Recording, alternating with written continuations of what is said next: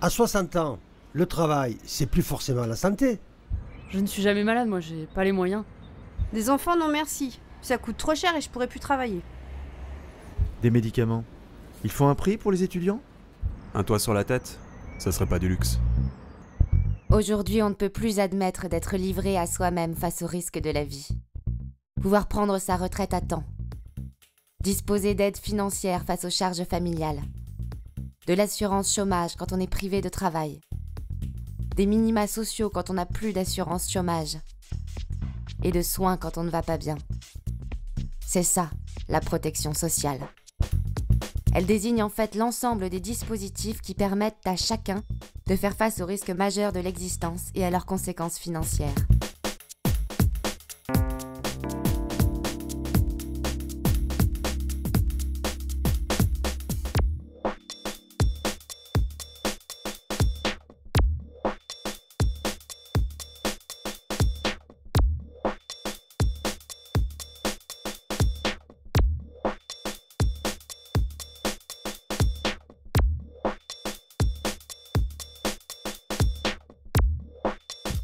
Ces dispositifs sont basés sur la solidarité entre salariés et retraités, entre malades et bien portants, entre avec et sans emploi, entre avec ou sans charge de famille.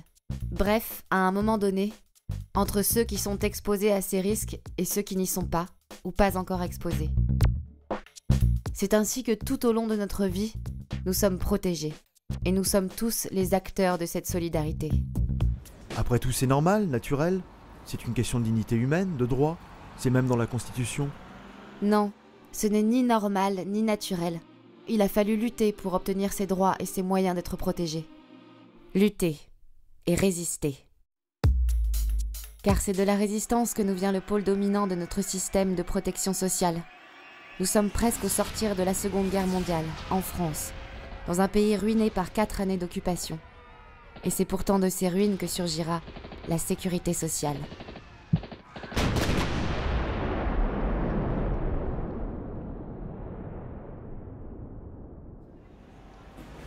Qu'est-ce qui change exactement ?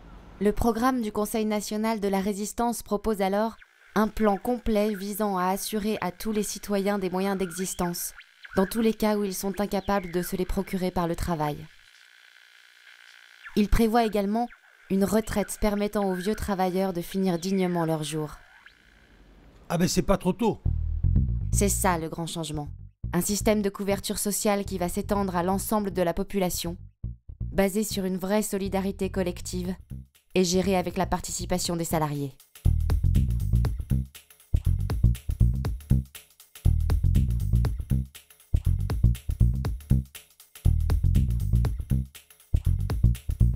Mais depuis quelques décennies, machine arrière.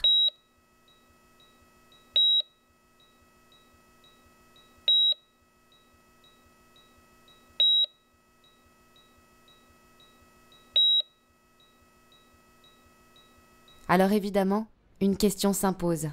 Pourquoi aujourd'hui, alors que la France est bien plus riche qu'elle ne l'était au sortir de la Seconde Guerre mondiale, n'est-elle plus capable d'assurer un même niveau de protection sociale, voire de l'améliorer? Mais parce que c'est la crise. La crise est plus souvent un alibi qu'une cause. Hier comme aujourd'hui, les voix des détenteurs des pouvoirs économiques et financiers n'ont jamais manqué pour décrier les avancées sociales, agiter les menaces qu'elles représenteraient sur notre économie, et surtout sur leurs profits. Pourtant, ce qui était dénoncé hier comme impossible, irresponsable et dangereux, a non seulement pu être mis en place par un rapport de force, mais a constitué une source de richesse pour l'ensemble de la société. Car si la protection sociale est le meilleur rempart à la peur des lendemains, elle est aussi un moyen de réduire les inégalités et de garantir la cohésion sociale. Chacun contribue selon ses moyens et reçoit suivant ses besoins. Et comme elle assure le maintien du pouvoir d'achat de chacun face aux aléas de la vie, elle participe également à la croissance économique.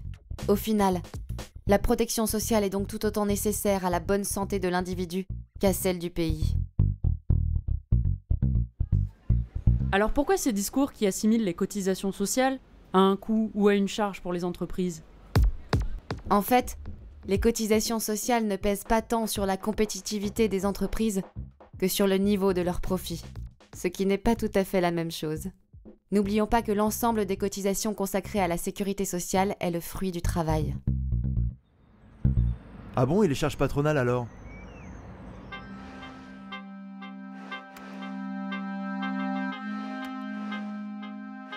Qu'elles soient patronales ou salariales, toutes les cotisations sociales désignent ce qu'on appelle le salaire socialisé, c'est-à-dire la part de notre rémunération qui est mise au pot commun pour que n'importe lequel d'entre nous puisse être protégé.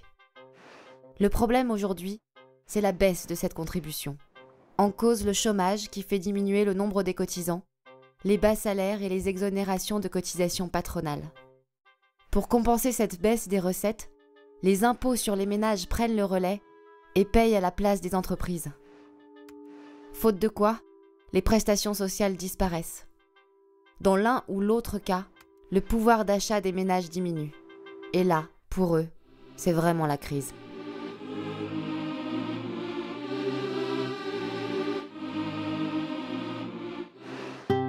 Notre protection sociale et son financement doivent donc continuer à être liés au travail. C'est le travail qui est créateur de richesses. Et la protection sociale fait partie de ces richesses. C'est pourquoi son financement et son amélioration ne peuvent faire l'économie d'une politique de lutte contre le chômage et d'amélioration des salaires.